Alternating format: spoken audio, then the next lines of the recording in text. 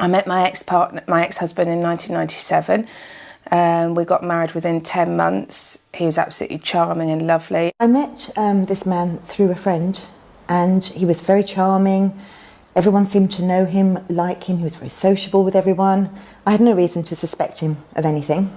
The statistics for domestic violence, in fact, in pregnancy, 6% of cases are in fact men, and shockingly, 2 women die every week in the UK as a result of domestic violence. After a couple of months I got pregnant, and it was from that point, it was unexpected I have to say, and it was after that point things changed, his behaviour changed, the controlling behaviour came into place then. Within a few, on the honeymoon it changed, he became very abusive. Looking back now I realise that, there were problems back then that just escalated when I had my children. When I tried to get out of the relationship, he held a knife to my stomach on one occasion, and another occasion he smashed my head into the wall, made out it was an accident. My self-esteem was at rock bottom. He was very derogatory about me as a person, about my looks, my clothes, my everything. He was just very unpleasant most of the time. I always ended up saying sorry, even though I hadn't done anything, just to keep the peace. Women are affected most, particularly women in the 16 to 24-year-old age range. Domestic violence is no respecter of wealth or culture. It can again occur across the whole socio-economic spectrum. He isolated me from people that would say, hang on a minute, Zoe, what's he doing? What are you doing that for? Because he knew, looking back now, that anybody close to me would say that's not normal, you shouldn't let him treat you like that. I was about 4 months pregnant when I suspected that he was drugging me. I would wake up, I'd have, with hazy flashes, bits of memories, and I just didn't feel well at all. That's when I really did think I'm losing my mind here. I was questioning my own sanity. Part of me knew something was very wrong, but I was being told by him I was mad. My family weren't believing me, so I really did question myself. I called a drugs helpline and explained to them that I was terrified that I was being drugged.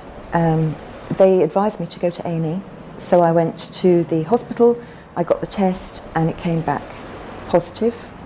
It was a cocktail of amphetamines, cocaine and ecstasy. Obviously I was pregnant as well, so you can imagine the fears. As a result of that, the doctors couldn't tell me whether the baby would have been okay or not. Given the situation, along with that, I decided to have a termination. We now know that children are seriously affected by domestic violence. It can affect their emotional development, their social development, it can make them very frightened and have a long-lasting impact for the whole of their lives.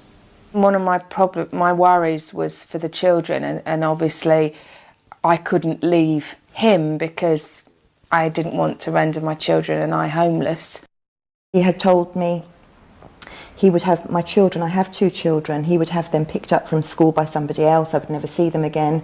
So I was going through all kinds of threats. At the end my son became very abusive to me because he'd seen his father treat me that way. It's very important that women feel safe to share the information that they're experiencing domestic violence. So it's important that if it's happening to you, you do seek help and you to talk to someone that you trust.